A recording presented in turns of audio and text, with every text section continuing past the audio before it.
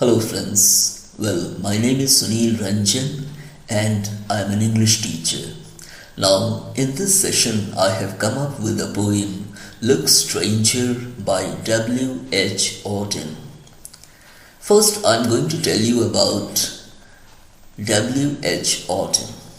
Well, his full name is Winston Hugh Auden. He was born on 21st February 1907. He was an Anglo-American poet.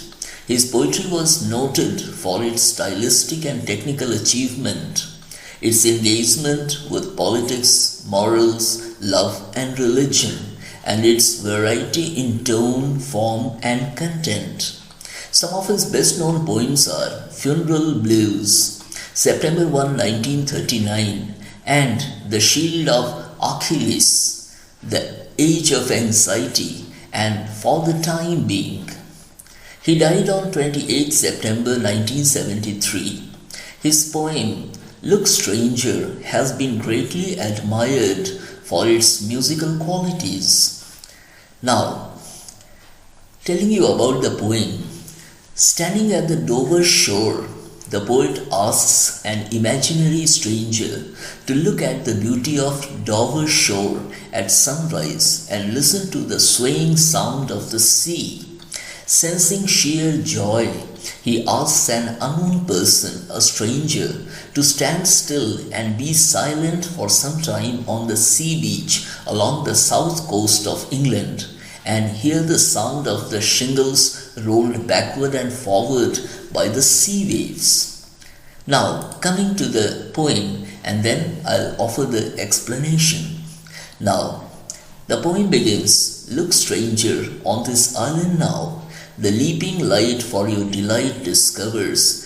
Stand stable here and silent be, that through the channels of the ear may wander like a river the swaying sound of the sea.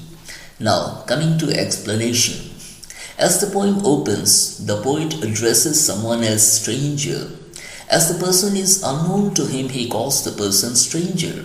He calls upon the person to look at the island and take delight while watching the twinkling lights there.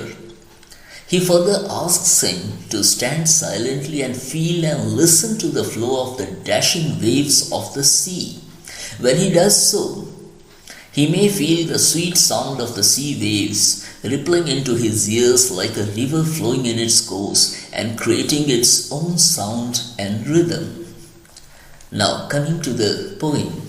Here at a small field's ending pause, where the chalk wall falls to the foam and its tall ledges oppose the pluck and knock of the tide, and the shingle scrambles after the sucking surf, and a gull lodges a moment on its sheer side.